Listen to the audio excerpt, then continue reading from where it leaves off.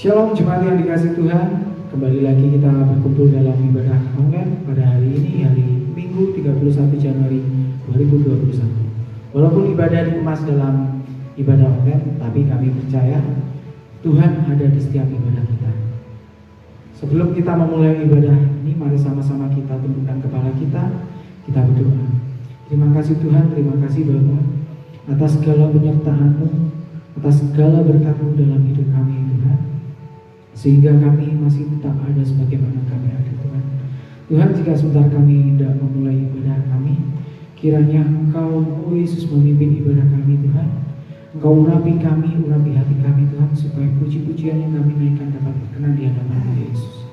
Tuhan, kami siap untuk memulai ibadah kami, dan kami serahkan dan kami peralaskan doa kami hanya di dalam nama Tuhan Yesus Kristus, Juru Selamat kami hidup. Haleluya, amin.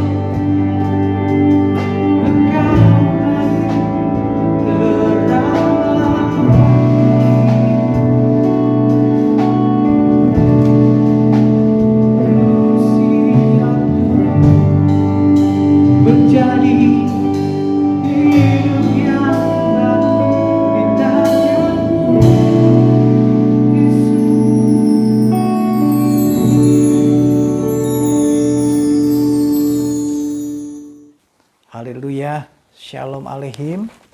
Jumpa lagi jemaat yang terkasih dalam ibadah online kita pada hari ini, Minggu tanggal 31 Januari. Saudara, setelah kita bersama-sama memuji Tuhan, memuliakan Dia dan menyembah Dia, saatnya kita akan kembali belajar firman Tuhan. Sebelumnya, mari kita tunduk kepala, kita berdoa. Bapa, dalam nama Tuhan Yesus Kristus, kami mengucap syukur, Kau sudah pimpin ibadah kami, pujian penyembahan kami kiranya berkenan kepadamu. Saat ini kami mau dengar firman-Mu, berikan hikmat kepada setiap kami untuk mendengarkan firman dan memahami serta mengerti isi hati-Mu. Biarlah setiap hati kami boleh menjadi tanah-tanah yang baik, yang siap ditaburi dengan benih-benih ilahi. Pakai hamba-Mu untuk memberitakan firman-Mu. Biar seluruh isi hati-Mu Bapa, Kau sampaikan dan pimpin kami di dalam pemberitaan firman ini oleh kuasa Roh Kudus-Mu dari awal, pertengahan sampai akhirnya. Di dalam nama Tuhan Yesus Kristus kami sambut firman-Mu. Haleluya. Amin. Amin. Haleluya. Saudara-saudara yang diberkati Tuhan, kita mengetahui bahwa di dalam setiap kehidupan, baik itu kehidupan manusia, kehidupan binatang, bahkan tumbuh-tumbuhan, supaya mereka bertumbuh, supaya mereka menjadi baik, supaya mereka menjadi sesuatu yang memberi manfaat, terutama manusia dapat bertumbuh secara fisiknya, psikologinya, bahkan rohnya, maka diperlukan adanya satu pemeliharaan yang tepat. Ya. Karena apa? Pemeliharaan terhadap kehidupan itu akan sangat mempengaruhi tumbuh kembang dari makhluk hidup termasuk manusia. Nah, demikian juga di dalam hal manusia batiniah atau dalam hal manusia rohani. Supaya mengalami tumbuh kembang yang baik sesuai dengan rancangan Allah, sesuai dengan kehendak Allah di dalam Yesus Kristus, maka diperlukan adanya pemeliharaan yang dikerjakan oleh yang ilahi, yaitu oleh Roh Kudus. Nah, pada saat ini, pada ibadah kita hari ini, saya akan berikan tema firman Tuhan ini, yaitu dipelihara oleh damai sejahtera Allah. Ya, saya ulang, dipelihara oleh damai sejahtera Allah. Nah, mari kita akan bersama-sama membaca satu ayat yang akan menjadi pokok bahasan kita ibadah hari ini dalam surat Filipi pasal yang keempat ayat yang ke-7. Ya. Surat Filipi pasal 4 ayat yang ke-7. Nah, silakan saudara mempersiapkan Alkitabmu dan persiapkan alat tulisnya. Ayo kita baca sama-sama di dalam ayat yang sudah kita siapkan. Filipi 4 ayat yang ke-7. Mari kita akan sama-sama baca. Saya akan baca dan saudara ikuti di rumah. Demikian firman Tuhan. Damai sejahtera Allah yang melampaui segala akal akan memelihara hati dan pikiranmu dalam Kristus Yesus. Saya ulangi, damai sejahtera Allah yang melampaui segala akal akan memelihara hati dan pikiranmu dalam Kristus Yesus. Haleluya. Saudara, ayat ini menjelaskan bahwa damai sejahtera Allah yang melampaui segala akal akan memelihara hati dan pikiranmu dalam Kristus. Di dalam terjemahan yang lain dijelaskan bahwasanya damai sejahtera Allah yang melebihi pengertian manusia akan memelihara kamu di dalam memelihara hati dan pikiranmu dalam Kristus Yesus. Nah, saudaraku, sangat menarik sekali kalau kita mempelajari hal ini. Kenapa? Firman Tuhan menjelaskan bahwa yang dipelihara oleh damai sejahtera Allah itu adalah hati dan pikiran kita. Nah, saudara, mari kita akan lihat frasa akan memelihara di dalam ayat ini. Ya. Frasa akan memelihara hati dan pikiranmu ini. Ini menunjuk kepada satu pengertian bahwa ini tindakan Allah secara aktif. Ya. Tindakan Allah secara aktif untuk memelihara hati dan pikiran orang-orang yang dikasihinya, umat ketebusannya.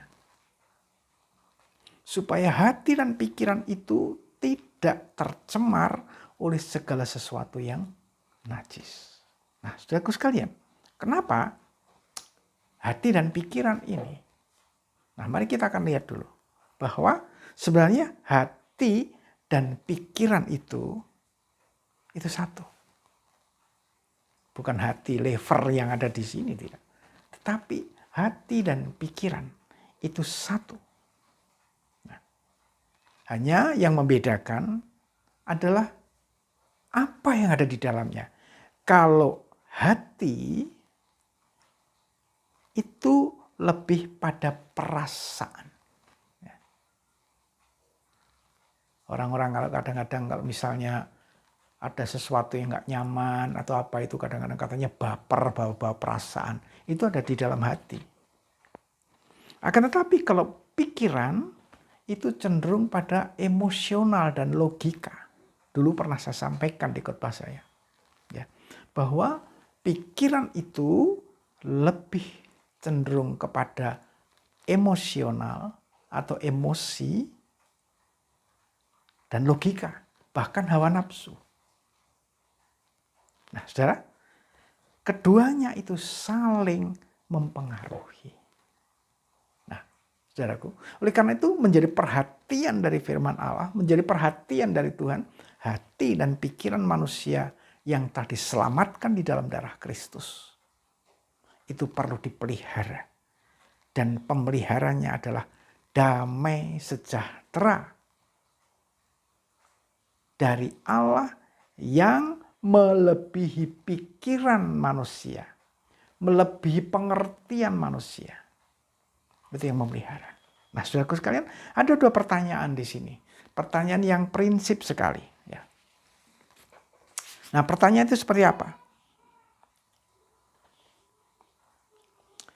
Apa yang menjadi pertanyaan di dalam hal ini adalah tentang pemeliharaan terhadap hati dan pikiran ini.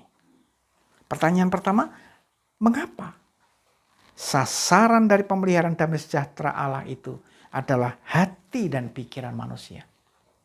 Ya. Jadi apa yang menjadi alasan sasaran pemeliharaan damai sejahtera Allah itu kok hati dan pikiran manusia? Ayo kita akan sama-sama lihat. Tadi saya sampaikan bahwa hati dan pikiran manusia itu hakikatnya satu. Kalau hati itu cenderung pada perasaan, kalau pikiran itu pada emosional, logika dan bahkan hawa nafsu. Nah, saudara, begini. Karena di dalam kehidupan manusia itu pada hakikatnya terletak pada hati dan pikirannya. Bagaimana dia berpikir, bagaimana dia mengolah di dalam perasaannya, kemudian dia dilakukan, itu menentukan masa depannya. Dan bila keduanya baik, hati dan pikirannya baik, maka semuanya akan baik. Bila pikiran dan hatinya itu tidak baik, tentu juga tidak baik hasilnya. Nah, saudaraku, penjelasannya begini. Yang pertama, kenapa yang menjadi sasaran pemeliharaan damai sejahtera Allah itu hati dan pikiran manusia? Yang pertama, Kenapa hati? Ya. Tadi saya jelaskan bahwa hati itu cenderung pada perasaan manusia, perasaan kita. Nah, bahwa hati manusia itu merupakan sumber kebahagiaan dan sumber duka cita sekaligus. Juga sumber kebaikan atau sumber keburukan. Karena di dalamnya terdapat perasaan yang menguasai. Nah, saudaraku sekalian, ketika hati ini sebagai sumber ya, kebahagiaan, keburukan, bahkan juga sumber kepahitan, sumber kebencian. Ya.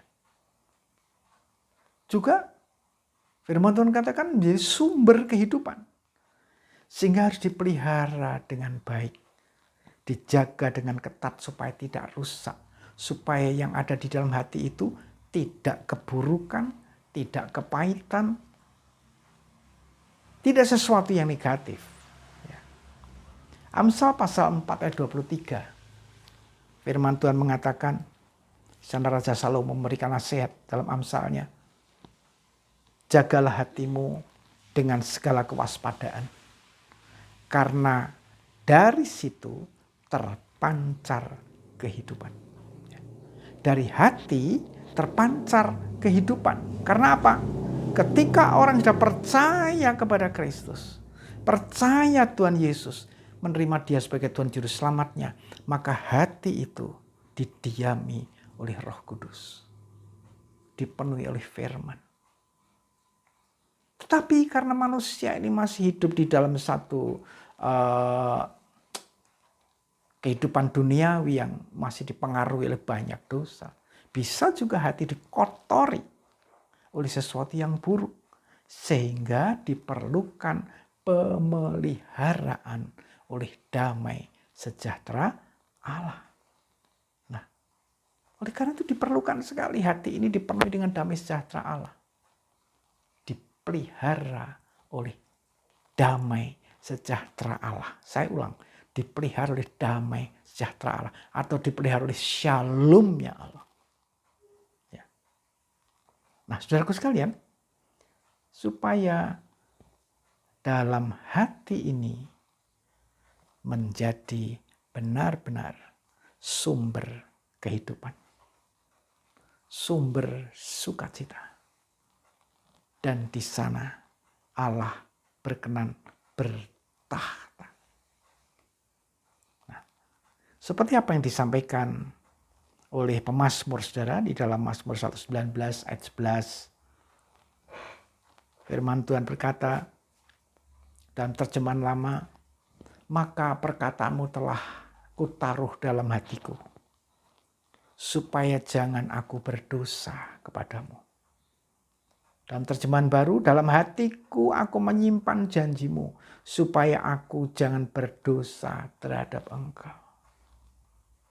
Nah, saudaraku sekalian, jadi firman itu, firman Allah itu disimpan dalam hati. Bukan dalam pikiran. Dalam hati. Dengan iman. Supaya apa? Supaya jangan kita berdosa kepadanya. Saudara, sesuatu hal yang sangat menarik sekali. Ketika Musa yang menulis Mazmur pasal 90. Ya, ayat yang ke-12. Ya. Di sana dia memohon kepada Tuhan. Begini, ya. Mazmur 90 ayat yang ke-12. Ajarilah kami menghitung hari-hari kami sedemikian, hingga kami beroleh hati yang bijaksana. Perhatikan ayat ini, pemazmur tidak minta menjadi orang bijaksana. Ya, tolong dicermati ini.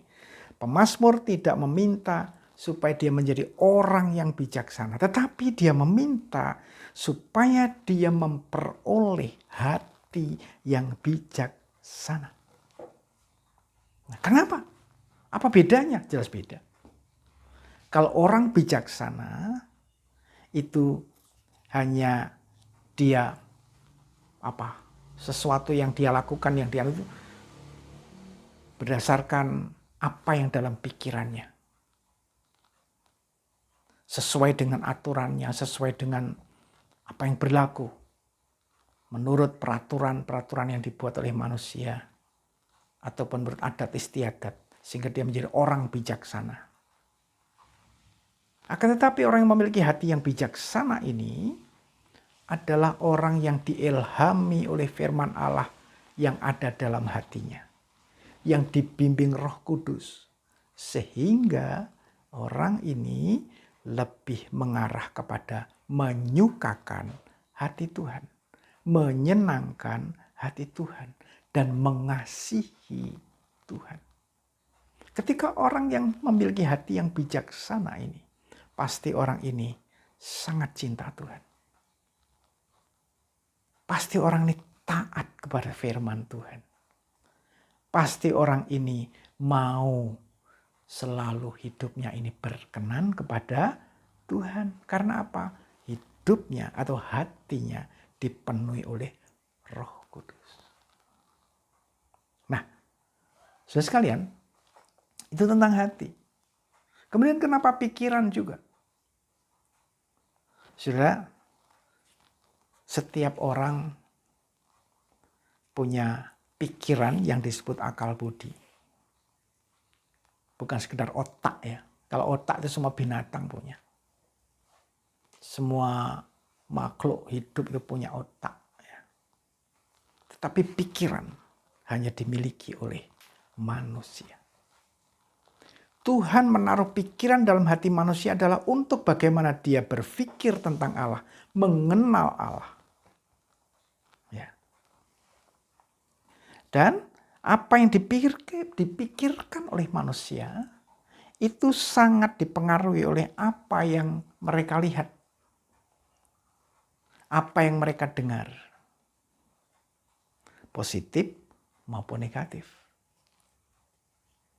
Orang cenderung berbuat jahat, cenderung berbuat baik itu karena dari pikiran. Pikirannya mengolah dan sebagainya. Ya. Sehingga dia melakukan apa yang ia mau. Yang kadang-kadang tidak ada pertimbangan dalam perasaannya seperti apa. Yang penting jalan. Nah, sehingga dalam pikiran ini sering terjadi polemik. Dalam buku yang ditulis oleh Joyce Meyer tentang pikiran itu adalah medan perang. Saya pernah baca di sana. Bagaimana pikiran manusia itu berkecamuk antara kebenaran dan kejahatan. Itu berkecamuk di dalam pikiran.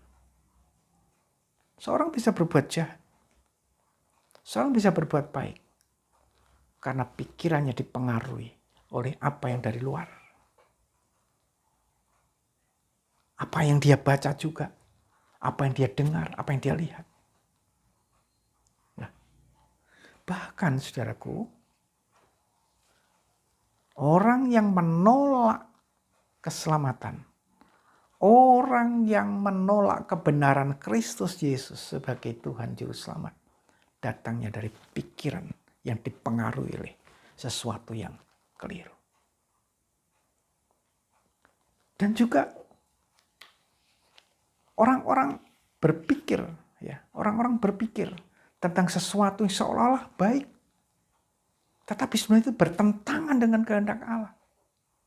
Seperti ketika Rasul Petrus setelah Tuhan Yesus bertanya kepada para murid tentang pendapat mereka itu dia itu siapa. Hanya Petrus yang menjawab, engkaulah Mesias yang datang dari Allah. Setelah Tuhan Yesus menyampaikan hal ini kepada para rasul, kemudian Tuhan Yesus berfirman akan masuk ke Yerusalem untuk mengalami penderitaan dan akhirnya kematian. Untuk menebus dosa semua orang, banyak orang. Nah di sini Petrus tiba-tiba menarik Tuhan Yesus ke samping. Dia mengatakan, Tuhan, kiranya tidak terjadi hal itu kepadamu. Jangan sampai terjadi, kan jangan ke Yerusalem. Jangan Tuhan. Please jangan, mungkin gitu ya. Tapi Tuhan apa? Nyahlah engkau iblis. Engkau tidak memikirkan apa yang dipikirkan Allah. Engkau hanya memikirkan apa yang dipikirkan manusia. Saudaraku, kalau saudara baca di dalam Injil Matius pasal 16. Seperti itu, pikiran seolah-olah itu, seolah-olah itu berkenan kepada Tuhan untuk kebaikan. Tapi sebenarnya itu bertentangan dengan kehendak Allah. Oleh karena itu, Rasul Paulus juga menulis dalam 2 Korintus pasal yang ke-10 ayat yang ke-5. Dia menulis begini, saudara.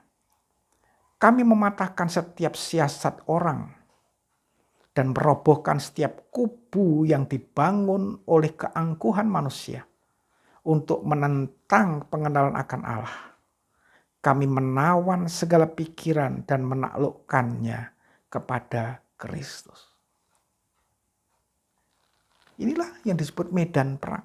Sehingga Rasul Paulus oleh hikmat Roh Kudus dia menulis. Dia mematahkan setiap siasat dan merobohkan setiap kubu yang dibangun oleh kesombongan atau keangkuhan manusia untuk menentang pengenalan akan Allah. Pikiran manusia apa? Cuma logika apa yang tahu Tuhan beranak. Bahkan yang sering kita dengar itu, kalau Tuhan beranak itu bidannya siapa kayak gitu ya. Karena apa? Pikiran yang logika itu, rasional itu yang bekerja.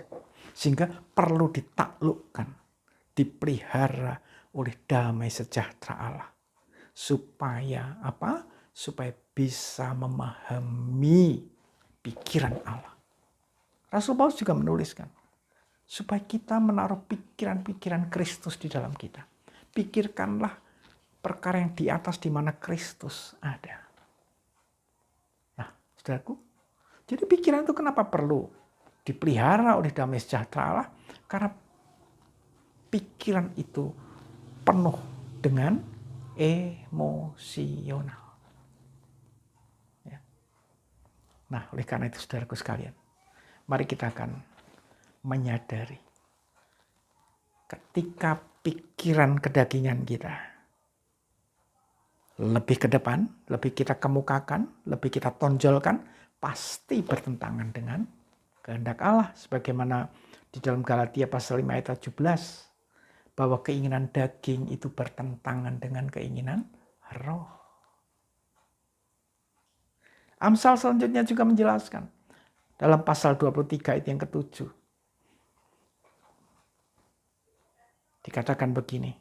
Seperti orang yang membuat perhitungan dalam dirinya sendiri. Demikianlah ia.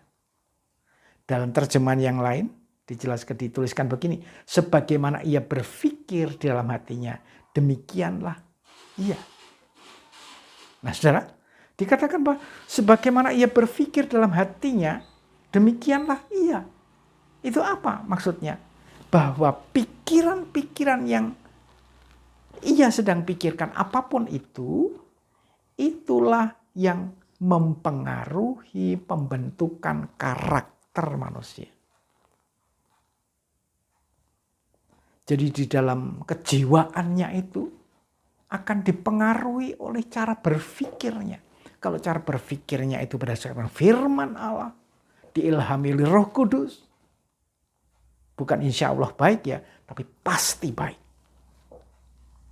Pasti pikirannya itu sejalan dengan pikiran Kristus. Nah oleh sebab itu saudaraku sekalian, pada pikiran kita sangat diperlukan tentang pemeliharaan oleh damai sejahtera Allah. Agar apa? Tetap kudus, tak bercacat celah. Tak dicemari oleh pengaruh-pengaruh iblis. Karena pikiran yang keliru, pikiran yang tidak memahami firman Tuhan, akan dapat menjauhkan kita dari Allah, bahkan menyangkal Allah.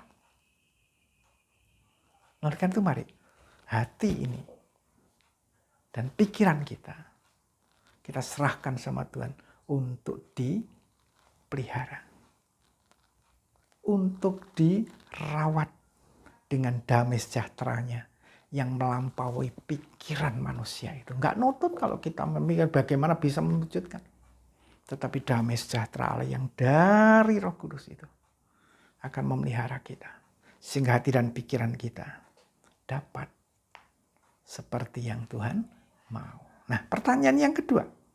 Mengapa hati dan pikiran kita harus dipelihara oleh damai sejahteranya? Kalau tadi mengapa, kok sasarannya hati dan pikiran. Tapi sekarang mengapa harus hati dan pikiran harus dipelihara oleh damai sejahtera Allah? Mari kita akan baca. Di dalam 2 Korintus pasal 7 ayat yang pertama. Firman Tuhan mengatakan begini. Saudara-saudaraku yang kekasih, karena kita sekarang memiliki janji-janji itu, marilah kita menyucikan diri dari semua pencemaran jasmani dan rohani. Dengan demikian menyempurnakan kekudusan kita dalam takut akan Tuhan. Nah, jawabannya karena kita sudah memiliki janji-janji Allah. Tapi itu jangan sampai pikiran ini dipengaruhi oleh penipuan-penipuan yang datangnya dari dunia atau iblis. Sehingga hati ini juga tercemar. Sehingga kita jadi orang yang galau, orang yang bingung. Seperti sekarang ini. Ketika pemerintah sudah mengusahakan tentang vaksinasi terhadap antisipasi penyebaran virus COVID-19. Ada yang mengatakan, jangan itu alatnya antikris. Jangan ini. Kemudian hamba Tuhan yang lain, loh tidak. Tidak ada hubungannya dengan itu. Kalau kita tidak mengenal firman Tuhan dengan benar, kita akan bingung di sini. Pikiran kita dimasuki oleh pengaruh-pengaruh yang lain, akhirnya hati kita galau. Kalau saya menyikapi tentang virus corona ini, memang benar ada.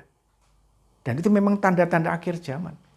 Dan tentang bagaimana vaksinasi ini, saya mengatakan tidak ada hubungannya dengan antikris. Apalagi chips yang dimasukkan. Kalau kita tidak mengenal firman Tuhan dengan benar, kita akan bingung. Karena apa? Pemerintah itu firman Tuhan katakan adalah wakilnya Allah di bumi. Yang mengatur peradaban manusia, mengatur masyarakat manusia. Dan salah satu tugasnya pemerintah adalah apa? Mensejahterakan rakyatnya. Jadi kalau dengan vaksinasi seperti ini, itu tugasnya pemerintah supaya rakyatnya sehat, terhindar dari pandemi ini. Demikian juga hal yang lain, saudara. Kalau kita tidak mengenal firman dengan benar, kalau kita tidak hidup di dalam pimpinan Roh Kudus, damai sejahteranya Allah itu tidak memenuhi hati dan pikiran kita, kita mudah bingung, tersesat. Akhirnya apa? Ketika Tuhan datang kedua kali, kita akan mendapatkan kerugian besar. Nah, jadi kenapa hati dan pikiran kita harus dipelihara damai sejahtera Allah?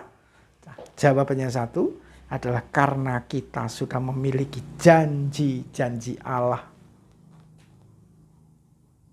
Supaya apa? Janji-janji itu akan dapat realisasi dalam kehidupan kita. Nah, apa janji-janji itu, saudaraku sekalian? Setidaknya ada 5 di sini ya, yang saya catat. Tetapi janji-janji itu banyak sudah ya. Tapi ini saya akan sampaikan 5 saja. Yang pertama, janji keselamatan dan hidup kekal dalam kerajaan surga. Jadi janji yang pertama, keselamatan dan hidup kekal dalam kerajaan surga. Yang kedua, janji penyertaan dan perlindungan yang sempurna dalam seluruh aspek kehidupan kita. Perlindungan dan penyertaan yang sempurna dalam setiap aspek kehidupan kita. Apapun yang kita kerjakan dalam perlindungan Tuhan. Kemudian yang ketiga, pembelaan dalam kita menghadapi setiap tantangan dan pergumulan. Atau di dalam peperangan apapun. Dan yang keempat, kelimpahan dalam berkat-berkat rohani, jiwa dan jasmaniah. Dan yang kelima, keberhasilan dan keberuntungan dalam setiap usaha dan pekerjaan kita. Nah, itu janji-janji Tuhan yang dinyatakan melalui firman Allah. Dan ini akan dapat terrealisasi ketika kita itu benar-benar hidup di dalam Dia dan Dia di dalam kita. Artinya damai sejahteranya itu benar-benar memerintah dalam kehidupan kita. Nah kemudian saudaraku sekalian, yang terakhir, apa tujuan Allah memelihara hati dan pikiran kita dengan damai sejahteranya? Apa tujuannya? Cuman satu, saudara. Supaya kita tetap menjadi milik Allah. Ya, supaya kita tetap menjadi milik Allah yang kudus, yang benar, dan tidak bercacat celah di hadapannya, sehingga layak disebut sebagai mempelai Kristus. Itu tujuan Dia.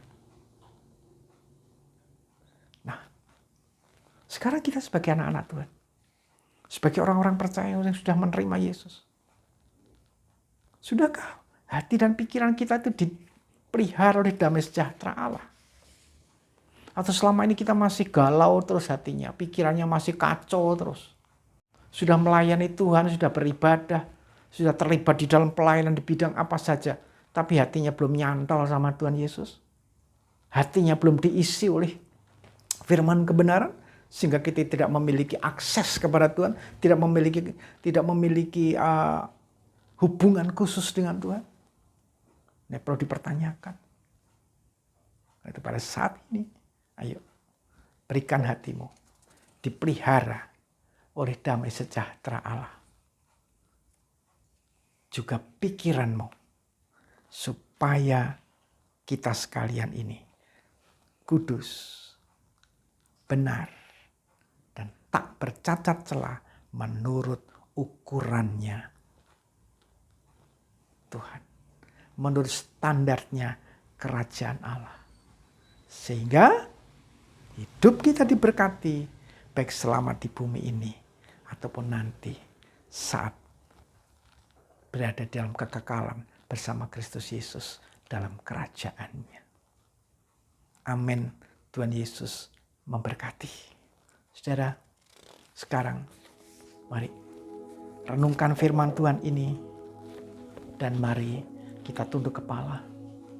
Kita mengucap syukur atas firman Tuhan ini. Haleluya, haleluya. Bapa kami yang baik, dalam nama Tuhan Yesus Kristus kami bersyukur. Firman Tuhan sudah hamba sampaikan. Kini kami memohon pertolongan-Mu Tuhan. Supaya kami dapat memberikan hati dan pikiran kami untuk dipelihara oleh damai sejahtera Allah yang melampaui akal manusia, yang melampaui pikiran manusia, supaya kami tetap kudus dan benar di hadapan-Mu, supaya hati kami dipenuhi oleh firman kebenaran, pikiran kami dikuasai oleh Roh Kudus, supaya kami layak di hadapan-Mu. Tanamkan benih-benih firman-Mu dalam setiap kami yang mendengar firman ini dimanapun saudara kami atau jemaat-Mu berada. Aku memberkati penyelenggara ibadah online ini Tuhan, pimpinan pujian, para pemusik, juga operator. Pakai kami semuanya untuk kemuliaan. Biar kami pun dikuasai oleh damai sejahtera Allah, hati dan pikiran kami ini. Sehingga di dalam setiap yang kami kerjakan hanya untuk memuliakan Tuhan. Bapa, terima kasih. Kami mengakhiri ibadah online hari ini, Minggu tanggal 31 Januari 2021. Sebelum kami akhiri, kami berdoa untuk bangsa dan negara kami Indonesia. Tuhan, Engkau memberkati Presiden kami Bapak Joko Widodo, Bapak Kiai Ma'ruf Amin selaku Wakil Presiden dengan seluruh jajaran kabinet ini, para menteri. Juga Engkau memberkati Kapolri, Panglima TNI dengan seluruh jajaran, para gubernur, bupati, dan wali kota. Bahkan sampai di tingkat yang terbawah, kepala desa, kepala kelurahan, ketua RW dan RT. Engkau berkati dan pakai semuanya dalam menanggulangi wabah ini Tuhan, wabah corona ini Tuhan, berikan hikmat. Dengan adanya vaksinasi, semuanya dapat teratasi. Berikan kiranya hikmat kepada pemerintahan kami untuk melakukan tugas fungsinya. Berikan damai sejahtera, berikan keamanan mulai dari Sabang sampai Merauke, dari Pulau Miangas sampai Pulau Rote. Tuhan berkati semuanya. Seluruh rakyat Indonesia ada di dalam perlindungan Tuhan. Bapa, terima kasih. Terpujilah Engkau kekal selama-lamanya. Dalam nama Tuhan Yesus Kristus kami mengucap syukur. Kami akhiri ibadah kami. Haleluya. Pada akhirnya saudara-saudaraku yang kekasih, angkat tanganmu dan terimalah berkat Tuhan. Pada saat ini turunlah atas kita sekalian berkat damai sejahtera, anugerah dan perlindungan yang sempurna dari Bapa Maha Kuasa, Allah Pencipta langit dan bumi. Kasih setia, kasih karunia Yesus Kristus Tuhan, Gembala yang baik, Putra Allah yang tunggal, dan persekutuan yang indah di dalam kuat kuasa Roh Kudus kiranya terus menyertai kita mulai saat ini sampai hari Maranatha Tuhan datang kembali menjemput kita di awan-awan yang permai, bahkan sampai kekal selama-lamanya. Di dalam nama Tuhan Yesus Kristus. Haleluya. Sama-sama katakan amin, amin, amin. Haleluya. Puji Tuhan saudaraku sekalian, kita telah ikuti ibadah kita dan selamat melakukan segala aktivitas saudara di sisa hari yang ada ini. Dan besok kita juga akan memasuki bulan baru di bulan Februari. Kiranya Tuhan menyertai kita terus dan saudara diberkati roh, jiwa dan tubuh. Dan damai sejahteranya itulah yang memerintah hati dan pikiran kita. Kita dijadikan sebagai milik kesayangannya yang kudus, benar dan tak bercacat celah. Amin. Tuhan memberkati. Shalom. Haleluya.